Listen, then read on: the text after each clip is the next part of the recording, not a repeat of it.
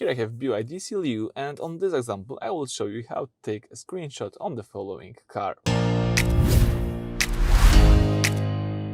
So, taking a screenshot is quite a useful feature, especially when you have such a big screen and when you have a lot of options in this infotainment system. And basically, if you would like to just take a screenshot, all you need to do is swipe up, as you can see right here, to open this tool menu, and then let's select here screenshot. Let's just tap it. And you just took a screenshot.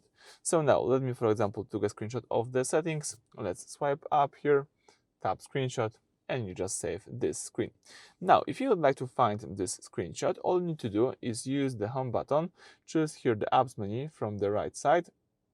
From the apps menu, let's select utility tools and then select albums.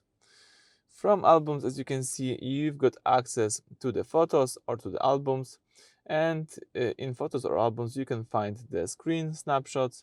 And as you can see, you can choose your screen, and here you can set this screen as wallpaper. For example, you can edit this screen to change some settings here. You may also just quit it. You may also rename it, share it, delete it, or choose details, for example, to check the time when you took this screenshot. If you would like to delete it, let's just tap delete and confirm it by tapping delete.